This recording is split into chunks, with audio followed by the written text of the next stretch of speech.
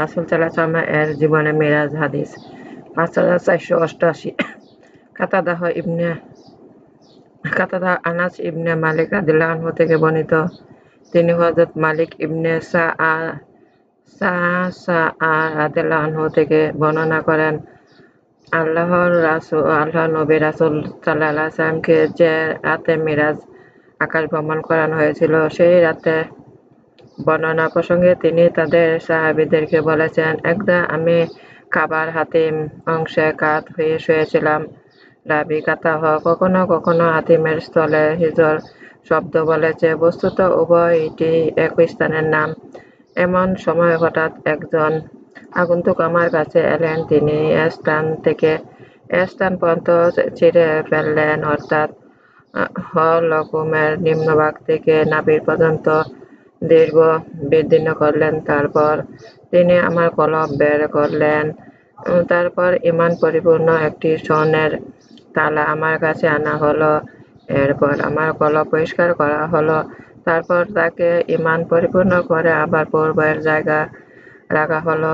অপর এক বর্ণনা, তারপর জমজমের পানি দ্বারা পেট ধৌত করা হলো এবং পরে ঈমান হিকমত সমান উপস্থিত করা হলো। তাকে বলা হল পরিপূর্ণ করা হলো, ঈমান হিকমত পরিপূর্ণ করা হলো। তারপর আকারে কচ্ছরের চেয়ে ছোট এক গাধার চেয়ে বড় এক সাদা বর্ণের বাহন আমার সামনে উপস্থিত করা হলো। তাকে বলা হলো বোরাক।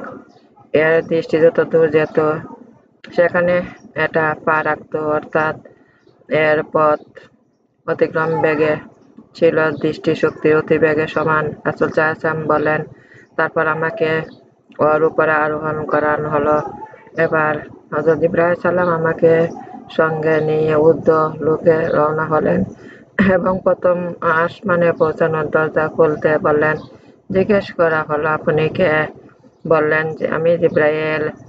আবার জিজ্ঞেস করা হলো, আপনার সাথে কে? তিনি বলেন রাসূল সাল্লাল্লাহু আলাইহি ওয়াসাল্লাম। আবার জিজ্ঞেস করা হলো, তাকে কে পাঠানো হয়েছে? তাকে কি ডেকে পাঠানো হয়েছে? তিনি বলেন, হ্যাঁ। তখন বলা হলো, তার প্রতি সদর সম্ভাষণ, তার আগমন কতই না উত্তম। এরপর দরজা খুলে দেওয়া হলো। যখন আমি ভেতরে পৌঁছালাম, তখন সেখান থেকে দেখতে পেলাম আদম আলাইহিস সালাম। তার দিকে ইঙ্গিত করে জিবরাইল সালাম বললেন, ইনি হলেন আদি পিতা আদম আলাইহিস সালাম, তাকে সালাম করুন। তখন আমি তাকে সালাম করলাম। তিনি সালামের জবাব দিয়ে বললেন, নেককার পুত্র, নেককার নবীর প্রতি সাদর সম্ভাষণ। তারপর জিবরাইল আলাইহিস সালাম আমাকে নিয়ে ঊর্ধ্ব আরোহণ করলেন। দ্বিতীয় আসমানে পৌঁছার দরজা খুলতে বললেন। জিজ্ঞেস করা হলো, আপনি কে? তিনি বললেন, জিবরাইল। আবার জিজ্ঞেস করা হলো, আপনার সাথে কে? তিনি বলেন, রাসূল সাল্লাল্লাহু আলাইহি ওয়াসাল্লাম। আবার জিজ্ঞেস করা হলো, তাকে কি ডেকে পাঠানো হয়েছে? তিনি বললেন, হ্যাঁ। তখন বলা হলো, তার প্রতি সাদর সম্ভাষণ। তারপর আগমন বড়ই শুভ। তারপর দরজা খুলে দেওয়া হলো। যখন আমি ভেতরে প্রবেশ করলাম, তখন সেখানে দেখতে পেলাম ইয়াহিয়া, ঈসা আলাইহিস সালামকে। তারা দুইজন পরস্পর খালাতো ভাই। জিবরাইল আমাকে বললেন, ইনি ইয়াহিয়া আর উনি হলেন ঈসা আলাইহিস সালাম। আপনি তাদেরকে সালাম করুন। যখন জিবরাইল আলাইহিস সালাম আমাকে বললেন, ইনি ইয়াহিয়া, উনি ঈসা আলাইহিস সালাম, আমি তাদেরকে সালাম করলাম। যখন জিবরাইল আমাকে বলল, ইনি ইয়াহিয়া, উনি ঈসা আলাইহিস সালাম, আপনি তাদের সালাম করুন। যখন আমি সালাম করলাম, উভয়ে জবাব দিলেন, বললেন, নেককার ভাই, নেককার নবীর প্রতি সদা সম্ভাষণ।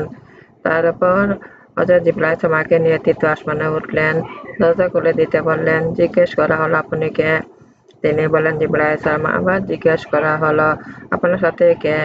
তিনি বলেন, মুহাম্মদ সাল্লাল্লাহু আলাইহি সাল্লাম। জিজ্ঞেস করা হলো, তাকে কি ডেকে পাঠানো হয়েছে? তিনি বললেন, হ্যাঁ। তখন বলা হলো, তার প্রতি সদর সম্ভাষণ, তার আগমন বড়ই শুভ। তারপর দরজা খুলে দেওয়া হলো।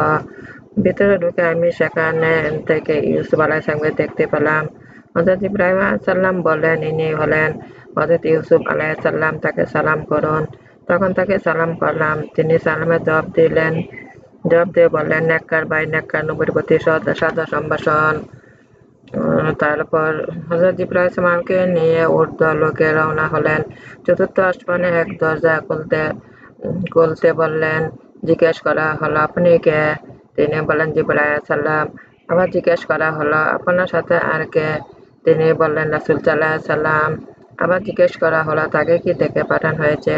তিনি বললেন, হ্যাঁ। তখন বলা হলো, তার প্রতি সাদা সম্ভাষণ, তার আগমন বড়ই। তারপর দরজা খুলে দেওয়া হলো। আমি ভিতরে ঢুকে দেখলাম সেখানে ইদ্রিস আলাইহিস সালাম।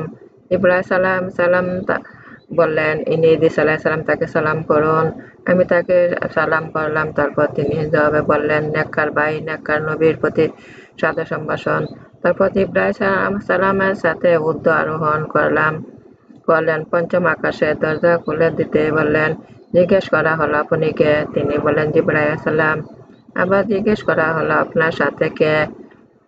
তিনি বললেন, রাসূল সাল্লাল্লাহু আলাইহি ওয়াসাল্লাম। আবার জিজ্ঞেস করা হলো, তাকে কি ডেকে পাঠানো হয়েছে? তিনি বললেন, হ্যাঁ। তখন সেখান হতে হারুন আলাইহিস সালাম ও তখন তখন তিনি বললেন, হ্যাঁ। তখন তাকে বলা হলো, উনি কে? তাকে বলল, সেখান থেকে হারুন। আমি ভিতরে ঢুকলাম। সেখানে হারুন আলাইহিস সালাম, জিবরাইল সালাম বললেন, ইনি হযরত হারুন আলাইহিস সালাম। আমি সালাম করলাম। তারপর তিনি জবাব দিয়ে বললেন, নেককার ভাই নেককার নবীর প্রতি সাদর সম্ভাষণ। তারপর জিবরাইল আমাকে নিয়ে আবার ঊর্ধ্ব লোকে উঠলেন। ষষ্ঠ আসমানে এসে দরজা খুলতে বললেন। জিজ্ঞেস করা হলো, আপনি কে? বললেন, জিবরাইল সালাম। জিজ্ঞেস করা হলো, আপনার হাতে কে? তিনি বললেন, মুহাম্মদ সাল্লাল্লাহু আলাইহি সাল্লাম। পুনঃ জিজ্ঞেস করা হলো, তাকে কি ডেকে পাঠানো হয়েছে? তিনি বললেন, হ্যাঁ। বলা হলো, তার প্রতি সদয় সম্ভাষণ, তার আগমন কতই না উত্তম। তারপর দরজা খুলে দিলে আমি যখন ভিতরে ঢুকলাম, তখন সেখান হতে মুসা আলাইহিস সালামকে দেখতে পেলাম। জিবরাইল আলাইহিস সালাম বললেন, ইনি হলেন মুসা আলাইহিস সালাম, তাকে সালাম করুন। আমি তাকে সালাম করলাম। তিনি তার উত্তর জবাব দিলেন, নেককার ভাই নেককার নবীর প্রতি সাদর সম্বোধন। অতঃপর তখন তাকে অতিক্রম করে অগ্রসর হলাম। তখন তিনি কেঁদে ফেললেন। তাকে জিজ্ঞেস করা হলো, আপনি কাঁদছেন কেন? তিনি বললেন, আমি এই জন্য কাঁদছি যে আমার পরে এমন এক যুবককে নবী বানিয়ে পাঠানো হলো, তার আমার উম্মতের চেয়ে অধিক সংখ্যা জান্নাতে বেহেশতে প্রবেশ করবেন। তারপর জিবরাইল সালাম আমাকে নিয়ে সপ্তম আকাশে আরোহণ করলেন। অন্তত জিবরাইল সালাম দরজা খুলতে বললে। জিজ্ঞেস করা হলো, তিনি কে? তিনি বলেন, জিবরাইল সালাম। আবার জিজ্ঞেস করা হলো, আপনার সঙ্গে কে? তিনি বলেন, হযরত মুহাম্মদ সাল্লাল্লাহু আলাইহি সাল্লাম। পুনঃ জিজ্ঞেস করা হলো, তাকে কি দেখে পাঠানো হয়েছে? তিনি বলেন, হ্যাঁ। এরপর বলা হলো, তার প্রতি সাদর অভিনন্দন, তার আগমন কতই না উত্তম। তারপর আমি যখন ঢুকলাম, সেখানে হযরত ইব্রাহিম সালামকে দেখতে পেলাম। জিবরাইল আলাইহিস সালাম বললেন, ইনি হলেন আপনার পিতা ইব্রাহিম সালাম, তাকে সালাম করুন। তখন আমি তাকে সালাম করলাম। তিনি সালামের জবাব দিয়ে বললেন, নেককার পুত্র নেককার নবীর প্রতি সাদর সম্ভাষণ, সাদর অভিনন্দন।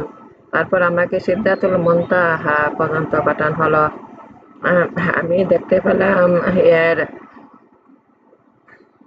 কলহাজার নামক অঞ্চলে মটকার মতো এবং পাতা হাতির কানের মতো। জিবরাইল সালাম বললেন, এটা সিদরাতুল মুনতাহা। আমি তথা আরো দেখতে পেলাম 4টি নহর, 2টি নহর অপ্রকাশ্য আর 2টি নহর প্রকাশ্য। আমি জিজ্ঞেস করলাম, হে জিবরাইল সালাম, এ নহরের তাৎপর্য কি?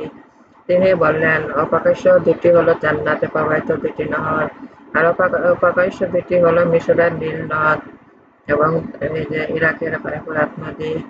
তারপর আমাকে বাইতুল মামুর দেখানো হলো। তারপর আমার সামনে হাজির করা হলো এক পাত্র মদ, এক পাত্র দুধ, এক পাত্র মধু। এর মধ্যে আমি দুধ গ্রহণ করলাম, এটা পান করলাম। তখন জিবরাইল বললেন, এটা ফেতরত, এর সওয়াবের ধর্মের নিদর্শন। আপনি এবং আপনার উম্মতের প্রতিষ্ঠিত থাকবেন। তারপর আমার আমার উপর দৈনিক 50 ওয়াক্ত নামাজ ফরজ করা হলো। আমি এটা নিয়ে এটা গ্রহণ করে প্রত্যাবর্তন করলাম। হযরত মুসা আলাইহিস সালামের সামনে দিয়ে যাবার সময় তিনি আমাকে বললেন, আপনাকে কি আদেশ করা হয়েছে? আমি বললাম, দৈনিক 50 ওয়াক্ত নামাজ আদেশ করা হয়েছে। তিনি বললেন, আপনার উম্মত 50 ওয়াক্ত নামাজ সম্পাদনে সক্ষম হবে না। আল্লাহর কসম, আপনার আগে আমি বনী ইসরাইলের লোকদের পরীক্ষা করে দেখেছি। বনী ইসরাইলের হেদায়েতের জন্য আমি যথাসাধ্য শেষ পরিশ্রম করেছি। অতএব সে অভিজ্ঞতা আলোকে আপনাকে বলছি, আপনি আপনার রবের কাছে ফিরে যান। আপনার উম্মতের জন্য নামাজ হ্রাস করার আবেদন করুন। তখন আমি ফিরে গেলাম, ওইভাবে প্রার্থনা জানালাম। আল্লাহ আমার উপর 10 ওয়াক্ত নামাজ কমিয়ে দিলেন এবং মুসা আলাইহিস সালামের কাছে ফিরে এলাম। তিনি আবার অনুরূপ বললেন। পরে আমার কন্যা আল্লাহর কাছে ফিরে গিয়া তার উপর 10 রাকাত নামাজ কমিয়ে দিলেন। আবার আবার আমি মুসা আলাইহিস সালামের কাছে ফিরে এলাম। তিনি অনুরূপ কথাই বললেন। তাই আমি আবার ফিরে গেলাম। তখন আল্লাহ 10 ওয়াক্ত নামাজ মাফ করে দিলেন। এরপর মুসা আলাইহিস সালাম কাছে ফিরে এলে তিনি ওই কথাই বললেন। আমি আবার ফিরে গেলাম। আল্লাহ আমার জন্য 10 ওয়াক্ত নামাজ কমিয়ে দিলেন। আমাকে প্রত্যেক 10 ওয়াক্ত নামাজে আদেশ করা হলো। মুসা আলাইহিস সালামের কাছে ফিরে এলাম। এবারও তিনি অনুরূপ কথাই বললেন। আমি আবার ফিরে গেলাম। আমাকে 5 ওয়াক্ত নামাজ আদেশ করা হলো।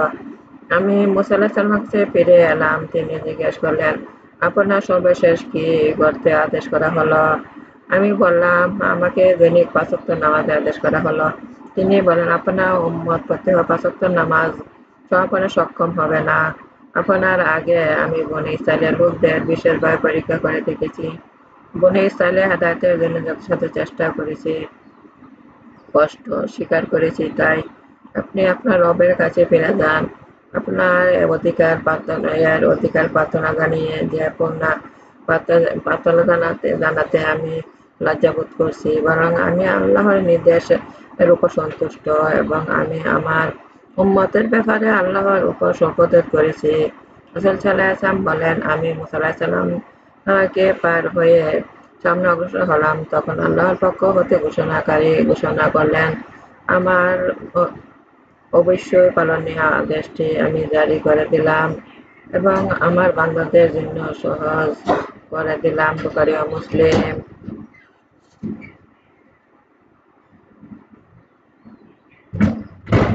জানাজা গম্বুজ মুক্তার মাটি মেশকের হাদিস 5490। ইবনে শিহাব রাদিয়াল্লাহু আনহু হযরত আনাস রাদিয়াল্লাহু আনহু থেকে বর্ণনা করেন।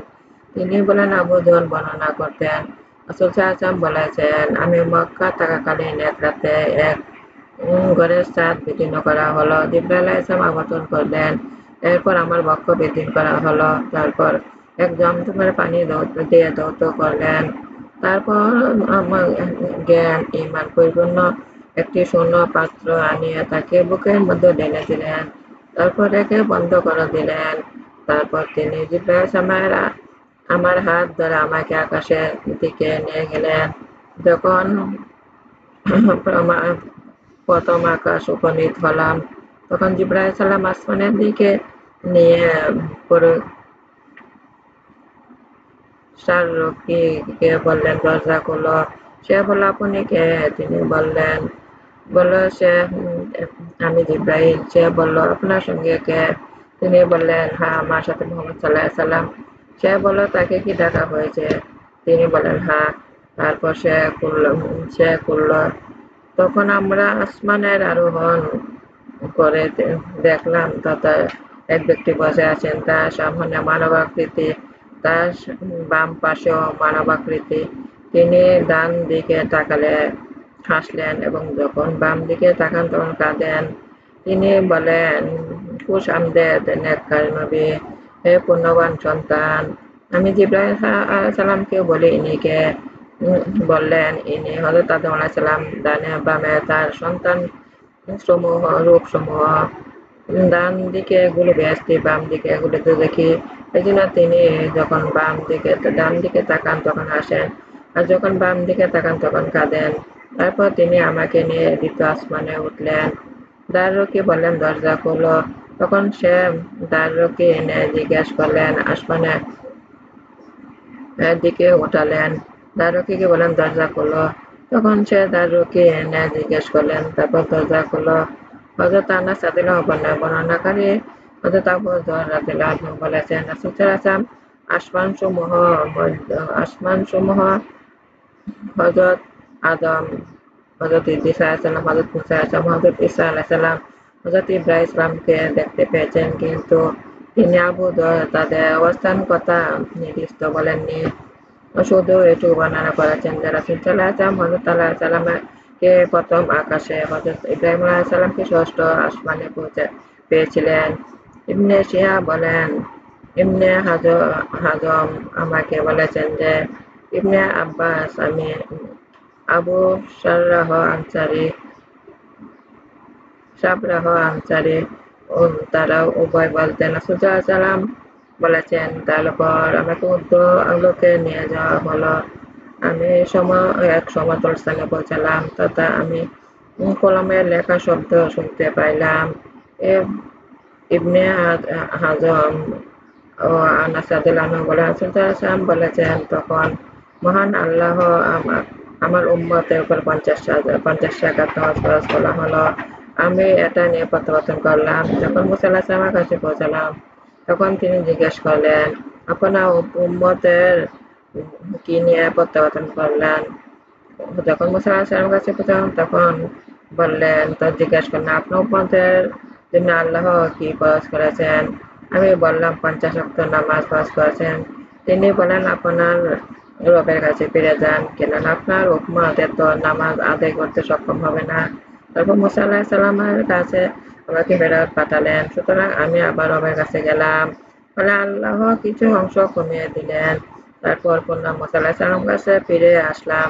বললাম, কিছু নামাজ কম করিয়ে দিন। তিনি পুনরায় বললেন, আবার যান, কেননা আপনার উম্মত এটাও আদায় করতে সক্ষম হবে না। সুতরাং আমি আবারও আমার রবের কাছে ফিরে গেলাম।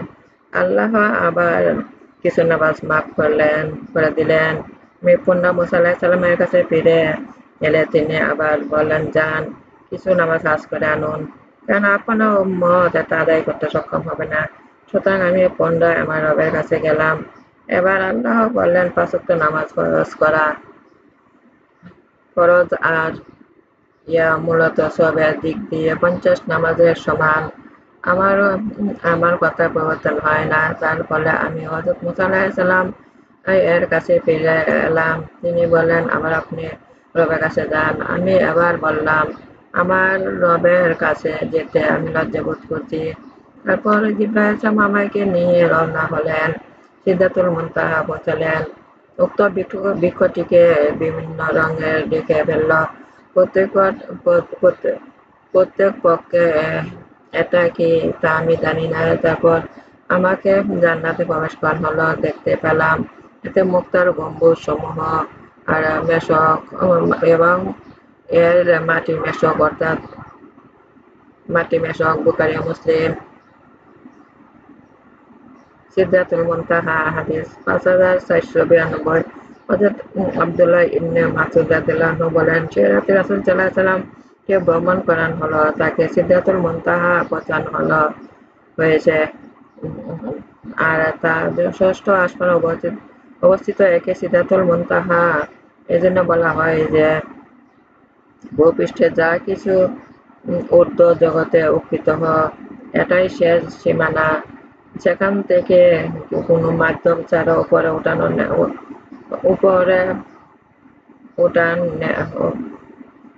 কোনো মাধ্যম ছাড়া তার উপরে উঠিয়ে নেওয়া হয়, কারণ ফেরেশতাগণ ঊর্ধ্বে যেতে পারে না। আর ঊর্ধ্ব জগৎ থেকে কিছু অবতরণ করা হয় তা সেই স্থান পর্যন্ত, সেখান থেকে গ্রহণ করা হয়, অর্থাৎ ফেরেশতাগণ নিয়ে যায়। এরপর হযরত ইবনে মাসউদ রাদিয়াল্লাহু আনহু কোরআন মজিদে আয়াতটি পাঠ করলেন, যখন বৃক্ষটি যা দিয়ে আচ্ছাদিত হবার ছিল তার দ্বারা আচ্ছাদিত হয় এর বাক্য তিনি বললেন, এগুলো ছিল স্বর্ণের পতঙ্গ।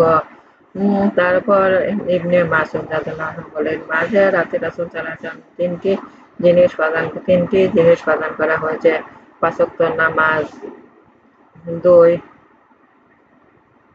নামাজ, ২ বাকারা শেষ অংশ কয়েকটি আয়াত, ৩ রাসূল সাল্লাল্লাহু আলাইহি ওয়াসাল্লামের উম্মতের মধ্য থেকে যারা আল্লাহর সাথে কাউকে শরীক করেনি তাদের মাফ করে দেওয়ার ওয়াদা দেওয়া হয়েছে। মুসলিম।